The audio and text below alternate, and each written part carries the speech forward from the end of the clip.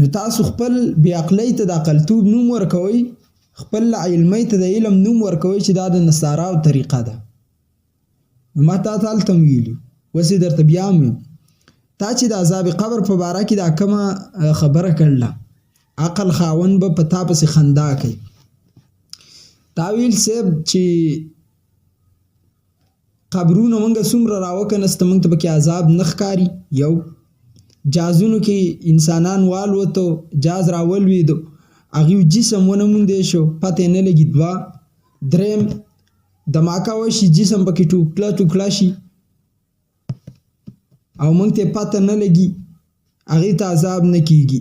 نمبر 1 خدا خبره ستا د قرآن خلاف ده، بیا لږ عقلي جواب هم در کوم، لیکن د قرآن مطابق النار یعرضون علیها عدوا وعشیه.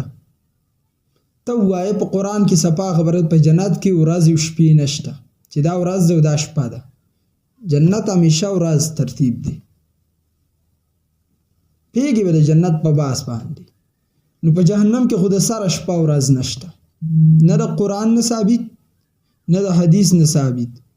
جنت کې د سره ورځ او شپه دا نشته، دا خو مني، او نه په جهنم کې شته. نو الله چې په قرآن کې وایي چې اور پیش کیږي په دې فرعون باندې سار او ماښام، دا به کم زګین کې د فرعون جسد کم زګین کې پروت دی، مصر کې پروت دی، تابوت کې پروت دی، دنیا کې موجود دی. نو دنیا کې ورځ او شپه ده، سار او ماښام دی. الله وایي چې سار او ماښام په اور پیش کیږي، تا ته په نظر باندې نه راځي، الله ولا عذاب ورکوي. یو دا د قرآن نه ثابت ده.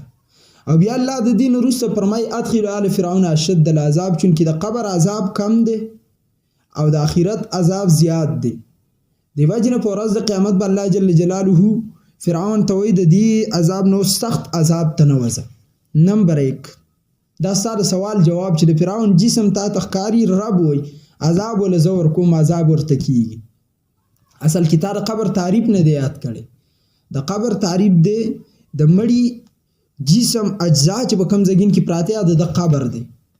ورنه تاسو د بخاری شریف هغه روایت اوریدلې، خو تاسو حدیث نه منئ. او دلته یو اعتراض جواب هم اوس در کومه، نعوذ بالله امام بخاری ته مجوسی ویلو. د خپل امام غم وکړي، د خپل ایمان غم وکړه چې امام بخاری شانته استه ته.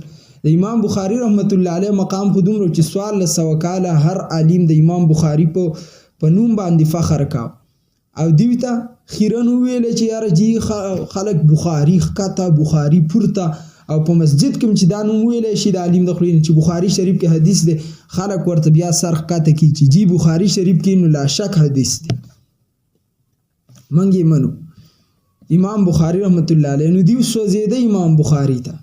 وس موږ ته صفاته وي چې دی په بریج کې منګي خو دی چې دا بریج څنګه راوته، الله چې دا بریج راوېسته دنیا ته په خلکو ایجاد کو، دای دې د پاره ایجاد کړو، خو زمونږ سوچ نو چې داسې شیزونه پکې کېدی د اوبو په ځای، د اوبو د یخولو په ځای، هسې نه چې بخاري ته سوځي. بخاري شریف کې روایت دی یو سړي هغه ډېر په خپل عمل یریدو، نو د مرګ په ټیم کې بچي راوغوښته چې زما جسم ذرات ما به وسوځي چې زه مړ شم، او بیا به مې د جسم دا ذرات چې تیزه هوایي دریاب ته سمندر ته پاسوي. ولی به پاسوي چې زما د جسم داغه عقل دومره وو، داغه عقل او قرآن وی چې لا یکلف الله نفسا الا وسعها، انسان د عقل پورې مکلف دی. څومره عقل کار کوي دومره الله جل جلاله رانیسي، عقل کار نه کوي الله یې پې نه رانیسي. نو داغه د جسم دا ایره ذرات ذرات لاړو بیا په اوبو کې میلاو، نو د انسان عقل دا وایي چې دا به رايوځی نه شي، خو الله هغه ذره ذره رايوځی کړه. نو دا ستا د دماغي جواب دی، خو که تا حدیث منو دی، چونکې تا حدیث نه مني، حدیث نه مني، په دې وجه باندې صفا په حدیثو کې د هر اعتراض جواب دی. او انشاءالله زما د رب نه امید دی، د الله جل جلاله نه زما امید دی چې تعالی به د قبر عذاب درکوي.